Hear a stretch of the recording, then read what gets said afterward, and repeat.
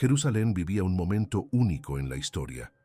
Pocos años después de que Jesús regresara al Padre, algo extraordinario estaba sucediendo. Miles de personas se convertían a diario y la comunidad de los primeros cristianos crecía de forma explosiva. Pero con el crecimiento llegaron los desafíos, y uno de ellos estaba a punto de revelar a un hombre que cambiaría para siempre el significado de la palabra testimonio. El problema comenzó de forma sencilla, como comienzan muchos conflictos, en la distribución de alimentos. Los cristianos de origen griego, llamados helenistas, se quejaban de que sus viudas estaban siendo desatendidas en la asistencia diaria. Mientras tanto, los cristianos de origen hebreo parecían recibir un trato preferencial. Lo que parecía ser solo una cuestión administrativa escondía algo más profundo. La iglesia naciente necesitaba aprender que en Cristo no hay distinción entre pueblos, y los apóstoles, sabios como eran, vieron allí no un problema, sino una oportunidad divina. La solución que propusieron fue revolucionaria. Según el libro de los Hechos de los Apóstoles, capítulo 6, versículos 1 y 2, los 12 reunieron a la comunidad y declararon que no era correcto abandonar la predicación de la palabra de Dios para servir a las mesas. Pero esto no significaba que el servicio práctico tuviera menos valor. Al contrario, propusieron elegir a 7 hombres para esta misión sagrada. Y aquí está el detalle que lo cambia todo. No podían ser hombres comunes. El perfil exigido era altísimo. Según Hechos de los Apóstoles, capítulo 6, versículo 3, debían ser hombres de buena reputación, llenos del Espíritu Santo y de sabiduría. Servir a las mesas exigía el mismo espíritu que capacitaba a los apóstoles para predicar. Ese fue el mensaje. Todo llamado divino tiene el mismo valor cuando se vive con excelencia y amor. El propósito de vida de cada persona en la comunidad importaba por igual a los ojos de Dios. Entre los 7 hombres elegidos, un nombre destacaría de forma definitiva: Esteban. No sabemos mucho sobre su origen, pero sabemos que reunía todo lo necesario: una reputación impecable, una sabiduría profunda y una conexión tan íntima con el Espíritu Santo que su vida irradiaba algo diferente. Fue elegido para servir, pero el Espíritu que habitaba en él tenía planes mucho mayores. Y mientras el mundo de hoy todavía celebra el 26 de diciembre como el día siguiente a la Navidad, la Iglesia celebra algo que pocos conocen: el primer hombre que lo entregó todo por amor a Cristo. Esteban es el patrón de los diáconos, de aquellos que sirven, pero también es reconocido como el primer mártir de la fe cristiana, aquel que inauguró una estirpe de hombres y mujeres dispuestos a dar testimonio de la verdad hasta las últimas consecuencias. Su historia apenas comienza. Y lo que estás a punto de descubrir va más allá de un relato histórico. Se trata de valentía, ¿verdad? Y un tipo de amor que el mundo todavía necesita conocer. Porque servir a las mesas fue solo el comienzo. Lo que Esteban haría después mostraría que cuando Dios elige a alguien lleno del Espíritu, no hay límite para el impacto de una vida entregada. Esteban no era un diácono común. Algo en él llamaba la atención desde el primer momento. El libro de los Hechos de los Apóstoles, capítulo 6, versículo 8, lo describe con palabras que pocos hombres en la historia han recibido: lleno de gracia y de poder. No era solo un servidor eficiente que garantizaba que nadie pasara hambre. Era alguien a través de quien Dios obraba señales y prodigios extraordinarios en medio del pueblo. Imagina la escena. Mientras Esteban distribuía alimentos a las viudas, su presencia transmitía algo más. Las personas que se le acercaban no solo recibían pan para el cuerpo, sino que experimentaban la gracia divina de forma tangible. Ocurrían curaciones, se daban transformaciones personales. El servicio práctico se convertía en la puerta de entrada a lo sobrenatural. Y esto revelaba una verdad poderosa: cuando haces el trabajo de Dios con el corazón correcto, Él transforma lo ordinario en extraordinario. Pero lo que realmente diferenciaba a Esteban de los otros 6 diáconos era algo que nadie esperaba. No se limitó al ministerio de las mesas. Movido por el Espíritu Santo, comenzó a enseñar. Su sabiduría impresionaba tanto como sus actos. Conocía profundamente las Escrituras, comprendía a los profetas y lograba conectar todo eso con la revelación de Jesús como el Mesías prometido. El siervo se convertía en maestro sin abandonar la humildad del servicio. La comunidad primitiva presenciaba algo poco común, alguien que vivía la plenitud del llamado divino. Esteban no dividía su vida en compartimentos separados. Servir, enseñar, amar, orar, realizar prodigios, todo fluía de la misma fuente, estar lleno del Espíritu Santo. Él era la prueba viviente de que la vida espiritual auténtica no se resume en momentos religiosos, sino que impregna cada acción del día a día. Su impacto en la joven iglesia era innegable. Mientras muchos admiraban a los apóstoles desde lejos, Esteban estaba cerca del pueblo, tocaba a los necesitados, hablaba con los excluidos, explicaba las Escrituras a quienes tenían dudas. Su fuerza interior provenía de una conexión profunda con Dios y todos lo percibían. No era teatral, no era forzado, era genuino. Y la autenticidad siempre atrae. Esa combinación de gracia divina y poder espiritual en un hombre tan cercano a la gente comenzó a incomodar a algunos. Porque cuando alguien vive una fe real, sin hipocresía, expone la superficialidad de los religiosos que solo fingen. Y Jerusalén tenía muchos de esos.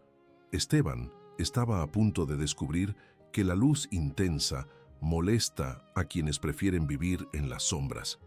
Lo que haría a continuación no estaba en sus planes, pero cuando estás lleno del Espíritu Santo, Dios escribe la historia a través de tu vida. Y la historia de Esteban apenas cobraba fuerza. La fama de Esteban traspasó los límites de la comunidad cristiana. Su sabiduría al explicar las Escrituras llegó a oídos de quienes menos esperaba, los miembros de la sinagoga de los libertos.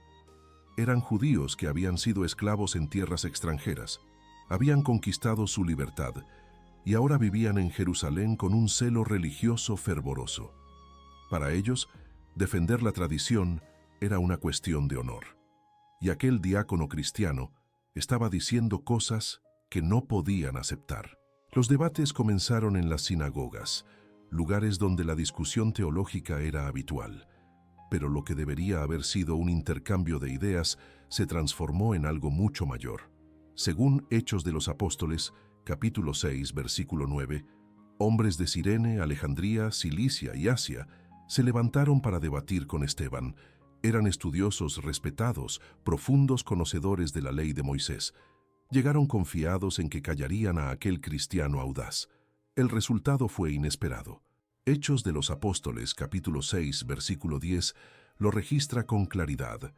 No podían resistir a la sabiduría y al espíritu con que Esteban hablaba.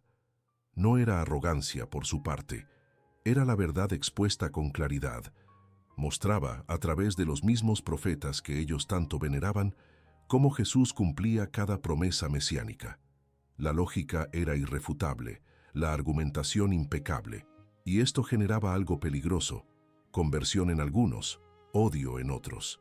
En una época donde el debate se ha convertido en una guerra de egos y la gente prefiere gritar en lugar de escuchar, Esteban representa otro camino. Él debatía con respeto, fundamentado en las Escrituras, movido no por la necesidad de vencer, sino por la pasión de revelar la verdad. Su fuerza no residía en humillar a los oponentes, sino en presentar a Jesús de una forma tan convincente que la propia conciencia de las personas se veía tocada. Y eso transformaba vidas. Algunos de los que vinieron a debatir salieron cambiados. La sabiduría de Esteban sembró semillas de duda en las certezas religiosas vacías que cargaban. Comenzaron a cuestionarse si, de hecho, no habrían rechazado al Mesías que esperaban desde hacía siglos. La transformación personal comenzaba allí, en el enfrentamiento honesto con la verdad. Pero no todos estaban dispuestos a cambiar. Para los que se negaban a aceptar lo obvio, solo quedaba la frustración. No podían vencer a Esteban en los argumentos, no encontraban fallas en su lógica, no podían negar el poder que acompañaba a sus palabras. Y cuando la verdad no puede ser refutada, las personas orgullosas intentan silenciarla por otros medios. Su decisión estaba tomada. Si no podían derrotar a Esteban en el debate, encontrarían otra forma de detenerlo. Lo que comenzó como una discusión teológica estaba a punto de convertirse en una conspiración. Y Esteban, lleno del Espíritu, caminaba consciente hacia el enfrentamiento final, porque hay momentos en la vida en los que defender la verdad tiene un precio, y él estaba dispuesto a pagarlo. Cuando la verdad no puede ser vencida con argumentos, los hombres sin escrúpulos recurren a la mentira. Y eso fue exactamente lo que sucedió. Los líderes religiosos que perdieron todos los debates con Esteban se reunieron en secreto. Si no podían refutar su sabiduría, necesitaban destruir su reputación. La estrategia fue tan antigua como eficaz: falsas acusaciones. Según Hechos de los Apóstoles, capítulo 6, versículos 11 al 13, sobornaron a hombres para que testificaran contra Esteban. Las acusaciones eran gravísimas: blasfemia contra Moisés y contra el propio Dios. Decían que hablaba contra el lugar santo, el templo de Jerusalén, la joya máxima del judaísmo. Afirmaban que Esteban predicaba que Jesús destruiría el templo y cambiaría todas las tradiciones que Moisés había entregado. Eran medias verdades distorsionadas, el tipo de mentira más peligroso. La conspiración fue planeada meticulosamente. No bastaba con acusar a Esteban en las sinagogas. Necesitaban un juicio oficial, una condena pública que sirviera de ejemplo para callar a todos los cristianos. Entonces incitaron al pueblo, a los ancianos y a los maestros de la ley. Crearon una ola de indignación colectiva basada en mentiras, y cuando la multitud está enfurecida, la razón desaparece. Esteban fue arrestado y llevado ante el Sanedrín, el Tribunal Supremo de los Judíos. Era el mismo lugar donde Jesús había sido juzgado meses antes. Los mismos hombres que condenaron al maestro juzgaban ahora al discípulo. Los falsos testigos se presentaron uno a uno, repitiendo las acusaciones ensayadas. El ambiente era hostil, cargado de un odio mal disfrazado de celo religioso. Cualquiera en esa situación sentiría miedo, pero Esteban no era cualquiera. Algo extraordinario sucedió en ese momento. Mientras se proferían las mentiras y las miradas furiosas se dirigían hacia él, Esteban permanecía en paz. No estaba solo calmado por fuera. Su serenidad era profunda, fruto de una certeza interior inquebrantable. Sabía que la verdad no depende de la aprobación humana, y cuando vives anclado en algo más grande que las circunstancias, la injusticia no logra robarte la paz interior. Todos los presentes en el Sanedrín tenían los ojos fijos en él. Esperaban ver miedo, nerviosismo, tal vez intentos desesperados de defensa, pero lo que vieron fue algo completamente diferente, y eso los dejó aún más perturbados, porque es difícil mantener el odio cuando la víctima irradia una serenidad que no puedes comprender. La trampa estaba lista, las acusaciones presentadas, el juicio en curso. Pero lo que sucedería a continuación demostraría que incluso en las conspiraciones humanas más crueles, Dios tiene la última palabra. Y Esteban estaba a punto de revelar que la verdadera valentía no consiste en evitar el sufrimiento, sino en permanecer fiel cuando todo está en tu contra. El Sanedrín estaba en silencio, todas las miradas fijas en el acusado. Los falsos testigos habían terminado sus declaraciones y ahora esperaban ver a Esteban defenderse, tal vez implorar misericordia, o al menos mostrar la desesperación natural de quien enfrenta una condena injusta. Pero lo que vieron en ese momento desafiaba toda lógica humana. Hechos de los Apóstoles, capítulo 6, versículo 15, registra algo extraordinario. El rostro de Esteban parecía el rostro de un ángel. No era una impresión subjetiva de unos pocos. Todos los que estaban sentados en el Sanedrín vieron lo mismo. Había algo sobrenatural sucediendo ante ellos, una transformación visible que no podía explicarse por causas naturales. Su semblante irradiaba una paz que trascendía las circunstancias. ¿Qué significa tener el rostro como el de un ángel? No se trataba de belleza física, sino de gloria divina. Así como Moisés bajó del monte Sinaí con el rostro resplandeciente tras encontrarse con Dios, Esteban estaba tan lleno de la presencia del Espíritu Santo que esto se manifestaba visiblemente. Era un testimonio silencioso más poderoso que cualquier palabra. Sus acusadores mentían, pero su rostro proclamaba la verdad. Aquel momento revelaba una verdad profunda sobre la esperanza renovada. Cuando estás conectado con algo eterno, las amenazas temporales pierden el poder de robarte la paz. Esteban no fingía valentía. Genuinamente descansaba en Dios incluso ante la injusticia. Su fuerza interior no venía de sí mismo, sino de una fuente inagotable, y eso se hacía evidente para todos a su alrededor. El contraste era evidente.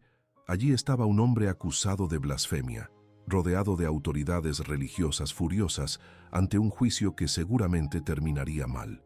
Pero en lugar de terror, había serenidad. En lugar de desesperación, había dignidad. En lugar de odio hacia sus acusadores, había compasión en sus ojos. Era como si Esteban estuviera en dos lugares al mismo tiempo, físicamente en el tribunal, pero espiritualmente en otro plano. Este fenómeno perturbó profundamente a los presentes, porque ver la gracia divina manifestada en alguien a quien intentas destruir es profundamente incómodo. Confronta la propia conciencia. Te hace cuestionar si estás del lado correcto. Algunos en el Sanedrín sintieron sin duda una inquietud en el alma en ese instante. Pero el orgullo religioso puede ser más fuerte que la razón. El rostro transformado de Esteban no era solo una señal para aquel momento, era un mensaje eterno. Cuando Dios está contigo, Él se manifiesta de formas que el mundo no puede negar. Puedes estar bajo ataque, enfrentando oposición, lidiando con la injusticia. Pero si permaneces lleno del Espíritu, tu propia presencia se convertirá en un testimonio. Y antes de abrir la boca, ya habrás hablado. Ahora, con todos los ojos aún fijos en él, Esteban estaba a punto de usar la palabra. Y lo que diría sería tan poderoso como su rostro transformado. El sumo sacerdote hizo la pregunta que todos esperaban. ¿Son ciertas estas acusaciones? Era el momento de Esteban para defenderse, pero en lugar de negar las falsas acusaciones o intentar justificarse, hizo algo completamente inesperado. Comenzó a contar una historia, la historia del propio pueblo de Israel, desde Abraham hasta ese preciso momento. Y cada palabra era una verdad que cortaba como una espada. Esteban lo recapituló todo. Habló de Abraham, que obedeció el llamado divino, de José, vendido por sus propios hermanos por envidia, pero usado por Dios para salvar a la nación, de Moisés, rechazado por el pueblo la primera vez que intentó liberarlos, pero que se convirtió en el gran libertador, de Josué, que condujo a Israel a la tierra prometida, de los profetas, enviados por Dios y perseguidos por los líderes religiosos de sus épocas. Según Hechos de los Apóstoles, capítulo 7, versículos 2 al 50, recorrió toda la historia sagrada. Pero no era solo una lección de historia. Había un hilo conductor en todo lo que Esteban decía. Israel siempre se había resistido a los mensajeros de Dios. Cada vez que Dios enviaba a alguien para guiar al pueblo de vuelta a la verdad, los líderes religiosos lo rechazaban, lo perseguían, lo mataban. Era un patrón que se repetía generación tras generación, y Esteban estaba mostrando, con su propia historia, que nada había cambiado. El argumento central era devastador en su sencillez. Sois exactamente como vuestros antepasados. Hicisteis con Jesús lo que las generaciones anteriores hicieron con los profetas. Rechazasteis al justo, traicionasteis y matasteis a aquel que todas las escrituras anunciaban, y ahora acusabais de blasfemia a quien simplemente proclamaba la verdad sobre él. El propósito de vida de Esteban en aquel momento era claro: no salvar su propio pellejo, sino llamar a aquellos hombres a la conciencia. El tono de Esteban no era de acusación personal, sino de apelación profética. No los odiaba. Al contrario, les estaba ofreciendo una última oportunidad de ver su error antes de que fuera demasiado tarde. Cada ejemplo histórico que citaba era un espejo puesto ante ellos. Ved el patrón, ved lo que siempre hemos hecho, ved que estamos repitiendo el mismo error. Era un llamado desesperado al cambio, al arrepentimiento, a la verdad liberadora. Pero las palabras verdaderas tienen el poder de despertar o enfurecer, y cuanto más hablaba Esteban, más se contorsionaban de rabia los rostros a su alrededor, porque la verdad expuesta de forma tan clara es imposible de ignorar. O la aceptas y cambias, o la rechazas y atacas. No hay término medio. Y aquellos hombres ya habían decidido de qué lado estaban mucho antes de que Esteban abriera la boca. El discurso llegaba a su fin. Esteban había construido un legado duradero con aquellas palabras. Las generaciones futuras leerían aquel sermón y entenderían la conexión entre el Antiguo Testamento y Jesús. Verían cómo toda la historia de Israel apuntaba al Mesías. Pero en aquel momento, en el Sanedrín, el efecto inmediato sería catastrófico, porque no todos están listos para escuchar la verdad, especialmente cuando expone todo lo que fingen no ver. El Sanedrín era un tumulto. Las palabras finales de Esteban habían roto cualquier apariencia de juicio justo.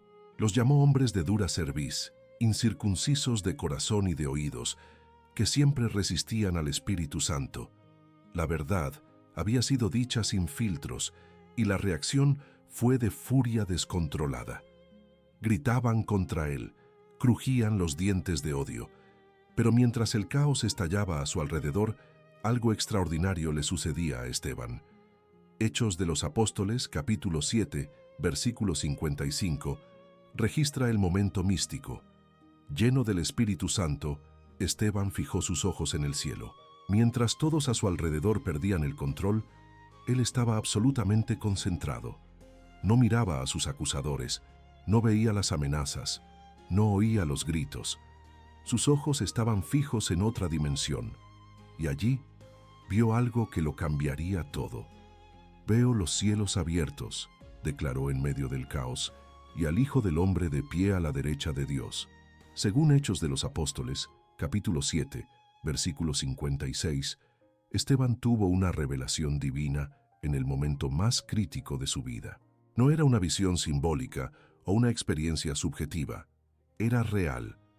Jesús estaba allí, visible para él, de pie al lado del Padre, y ese detalle lo cambiaba todo. Las Escrituras siempre describen a Jesús sentado a la derecha de Dios tras su ascensión. Es la posición de autoridad, de obra consumada, de descanso tras la victoria, pero en ese momento Jesús estaba de pie. ¿Por qué? La tradición reconoce este gesto como un honor supremo. El Señor se levantó para recibir a su primer mártir. Estaba de pie para honrar a quien estaba a punto de darlo todo por amor a Él. Era un reconocimiento celestial de un testimonio terrenal. Esta visión representa algo profundo para toda la fe cristiana. Demuestra que cuando somos fieles hasta el final, no estamos solos. El cielo no es indiferente a nuestro sufrimiento. Jesús no solo observa desde lejos, Él se involucra, se levanta, honra. La vida espiritual auténtica crea una conexión que trasciende la muerte. Lo que parece una derrota terrenal es una victoria celestial.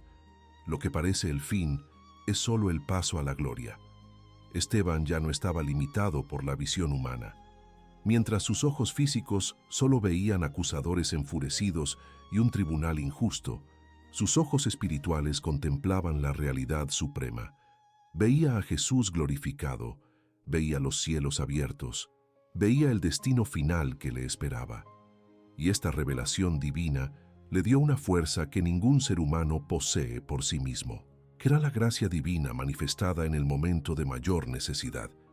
La visión celestial de Esteban nos enseña algo esencial. Cuando estás conectado con lo eterno, las circunstancias temporales pierden el poder de definir tu realidad. Estaba físicamente rodeado de odio, pero espiritualmente envuelto en gloria. Estaba ante un tribunal terrenal, pero su verdadera audiencia era celestial. Y Jesús estaba de pie, esperando para recibirlo. Lo que sucedería a continuación pondría a prueba el límite de lo que significa amar como Cristo amó. Porque ver a Jesús no era solo para el consuelo de Esteban, era la preparación para el mayor acto de amor que un ser humano puede demostrar. Cuando Esteban declaró que veía a Jesús de pie a la derecha de Dios, algo se rompió definitivamente en el Sanedrín. Se taparon los oídos, gritaron con todas sus fuerzas y se lanzaron sobre él. Ya no había juicio, ya no había procedimiento legal. Era furia religiosa descontrolada disfrazada de celo por Dios. Arrastraron a Esteban fuera de la ciudad. El momento final había llegado, y lo que haría en sus últimos alientos revelaría la esencia de todo lo que Jesús enseñó. Mientras su vida se desvanecía, Esteban no lanzó maldiciones, no maldijo a sus enemigos, no clamó por venganza divina. En cambio, sus palabras tuvieron un eco profundamente familiar. Según Hechos de los Apóstoles, capítulo 7, versículo 59, oró: «Señor Jesús, recibe mi espíritu». Era exactamente lo que Jesús había dicho en la cruz. El discípulo repetía las palabras del Maestro en el momento supremo de la entrega. Pero no era solo una repetición mecánica. Esteban estaba viviendo lo que había aprendido. Durante meses, tal vez años, había oído a los apóstoles hablar de la cruz, de cómo murió Jesús, de las últimas palabras del Salvador. Ahora, enfrentando su propio paso a la gloria, esas enseñanzas no eran teoría, eran vida, eran el único ancla en medio del caos, y se aferraba a ellas como un hijo se aferra a su padre. Entonces ocurrió lo imposible. Con sus últimas fuerzas, Esteban se arrodilló y clamó a gran voz, según Hechos de los Apóstoles capítulo 7, versículo 60. «Señor, no les tomes en cuenta este pecado». Perdón. Un perdón puro, radical e inesperado. No para amigos, no para personas arrepentidas, sino para aquellos que en ese preciso momento le quitaban la vida. Era el amor verdadero en su expresión más extrema. El paralelismo con Jesús en la cruz era imposible de ignorar. Así como Cristo oró: «Padre, perdónalos, porque no saben lo que hacen», Esteban hizo lo mismo. No porque fuera fácil, no porque tuviera ganas, sino porque había comprendido la esencia del Evangelio. Perdonar es liberar tanto a quien perdona como a quien es perdonado. Es romper el ciclo del odio. Es negarse a dejar que la maldad ajena te transforme en alguien amargado. Esta última oración revela algo sobre la curación interior que el mundo necesita entender. Perdonar no significa estar de acuerdo con el mal ni fingir que la injusticia no ha ocurrido. Significa negarse a dar al ofensor el poder de destruir tu alma junto con tu cuerpo. Esteban estaba muriendo físicamente, pero su alma permanecía libre, en paz, conectada con el amor divino. Sus verdugos podían quitarle la vida, pero no podían robarle su capacidad de amar. Y así, tras entregarlo todo al Señor y perdonar a quienes lo destruían, Esteban descansó. No en la derrota, sino en la victoria.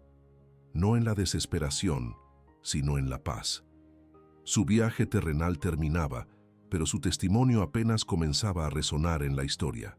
Porque las palabras de perdón pronunciadas en el momento más imposible tienen un poder que atraviesa los siglos. Deja en los comentarios: ¿hay alguien a quien necesites perdonar pero parece imposible? No estás solo en esta lucha, y tal vez la historia de Esteban sea el recordatorio de que, con la gracia de Dios, incluso lo imperdonable puede ser perdonado. No por el bien de ellos, sino por la libertad de tu propia alma. Hubo un testigo silencioso aquel día, alguien que lo presenció todo, pero que no participó directamente en la ejecución. Hechos de los Apóstoles, capítulo 7, versículo 58, menciona casi de pasada: «Los testigos depositaron sus mantos a los pies de un joven llamado Saulo. Él era el guardián de las ropas, observando mientras otros actuaban». Pero ese detalle aparentemente insignificante encerraba un significado profundo. Saulo no era un espectador neutral. Hechos de los Apóstoles, capítulo 8, versículo 1, lo deja claro. Saulo aprobaba aquella ejecución. Estaba de acuerdo con todo. Creía que estaban haciendo la voluntad de Dios al silenciar a aquel blasfemo. Para Saulo, Esteban era una amenaza para la fe, un hereje que merecía lo que recibió. Y en aquel momento no tenía dudas de que estaba en el lado correcto de la historia. Pero algo sucedió aquel día que Saulo jamás podría olvidar.